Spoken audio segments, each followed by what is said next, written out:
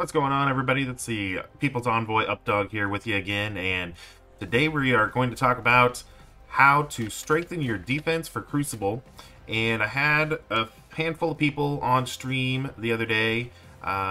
We were helping them with their defense, so I just wanted to kind of go over. This is for pretty much all levels. We had anywhere from Silver all the way up to a Mephisto owner who's in Masters. So we're going to hopefully give you some ideas on what to use no matter what level you're at. Hopefully I'm going to plan on doing these about maybe every other week or so, just to give you guys some ideas out there. So let's get into this one first. This one is the, this person's actually in Gold 1, but I think it would still apply to Silver. Now that level, if you're in that level, you're either someone who doesn't care about Crucible, which you probably wouldn't be watching this video, or you're maybe a mid-game player who has a roster that isn't quite built for Crucible. Hopefully you're building your teams for Arena and Raids first. That's what I always recommend. This is a person who is in Gold, and this is the defense what they started with before they went on my stream. Now, if you're in the position where you have a smaller roster, then I would recommend going with as much offense as you can. We didn't actually end up doing a lot of changes to this defense, and all we really did was take out Dormammu. So that way they have more attacking power, and we're just setting up some of these rooms to hopefully they'll get tripped up, or maybe their opponent won't even attack, and it's basically just an efficiency battle after that. So this was the end result. Basically, we put in Jubilee in there because she gives more health. This person did have Jubilee built up, so that was nice, but she does give more health to X-Men allies. She also assists on every person's turn. She gives it on the assists. If she is the one that assists, she will put out a blind out there. On her first turn, she'll do a stun and with slows, so if she can take a turn, then it's definitely helpful. And now this person has Dorm on offense, so even more offensive power, and hopefully they will be able to clear a little bit more efficiently with Dorm on offense. So not a lot of changes, like I said. With someone at this level, you want a lot of offense so you can full clear and hopefully get that win. Alright, so next up is going to be someone who is in Platinum, the Platinum League. They do have Scroll. They do have Big Apocalypse.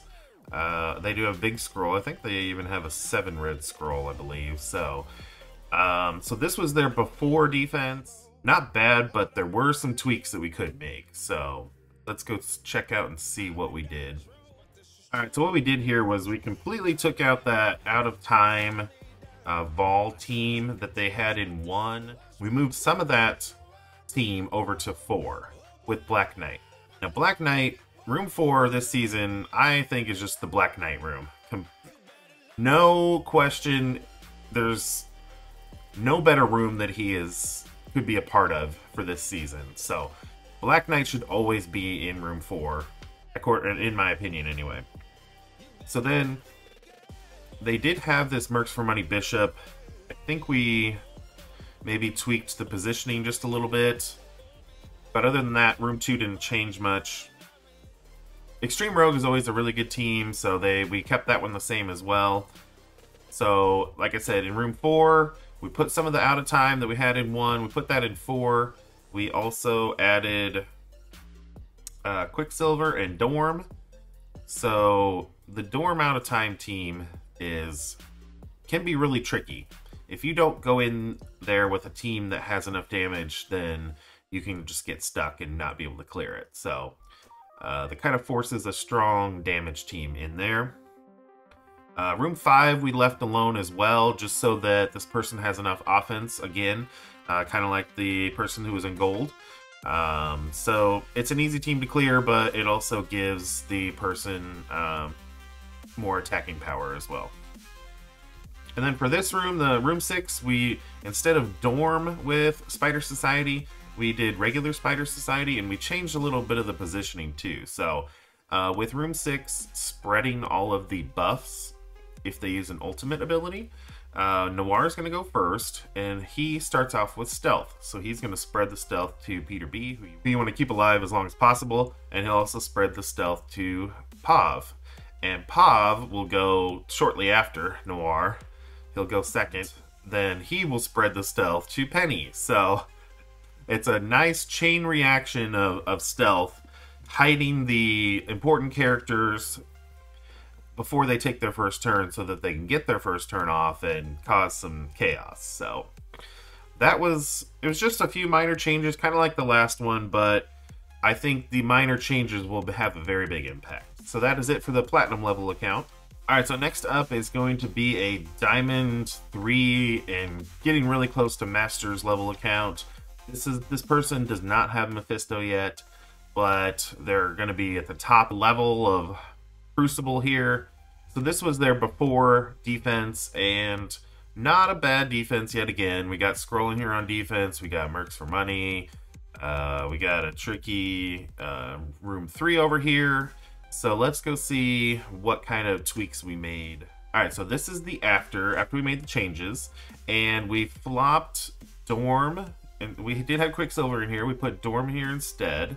And then we put, instead of Dorm in this room, we put Quicksilver in this room.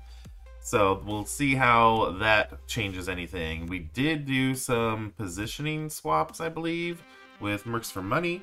Now, of course, you could always throw Noir on Mercs for Money as well to maybe make it a little bit trickier, or maybe force a specific counter, like a New Warriors, instead of something else. So that's always an option. Room 4, the person wanted to keep this room 4 because it was doing pretty well for them.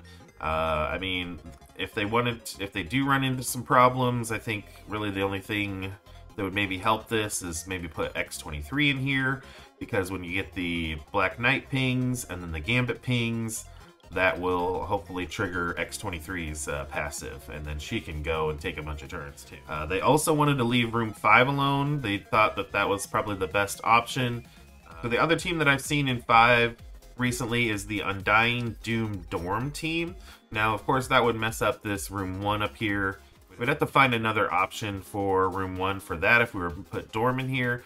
But Undying Doom Dorm is actually a pretty strong team in 5 just because of the revives, and that way you would have like a scroll on offense. So something to think about. And then we went with full Spider Society in 6 again, and did that special positioning that I mentioned with the stealth, spreading to Peter and then Pav, and then he chose to go with Ghost Spider for the stealth there. So there we go. That's what we did for the Nearly Masters account. Alright, so this is the Mephisto owners account. They are currently in the Masters rank. I won't say where, but before we tweaked the defense a little bit, they had this set up here. I wasn't too impressed with 1. I felt they could do a lot better, so we definitely changed that. We did make some other changes, so let's go take a look and see what we ended up with. Oh yeah, and I wasn't really impressed with 3 either. They were saying it was getting 1 shot, and I can definitely see why. We definitely need a better supporting cast around Mephisto to force a sack or even 2 sacks to you know, give them the advantage. Alright, so this is what we ended up doing. We did actually end up keeping Infinity Watch here and put in the Gear 19 Quicksilver. We did keep this Mercs for Money team because it has Rogue, and it can cause some problems with some of the counters out there for this team because of her reflexive taunt. And since Logan is an X-Men ally, Rogue will taunt, and it just gets to be a problem. So then Mephisto, we decided to put a better supporting cast around him in 3. Why not put the Extreme X-Men, who's already really strong? And it's in room 3 for the exposed room, so they can take advantage of some of those room rules.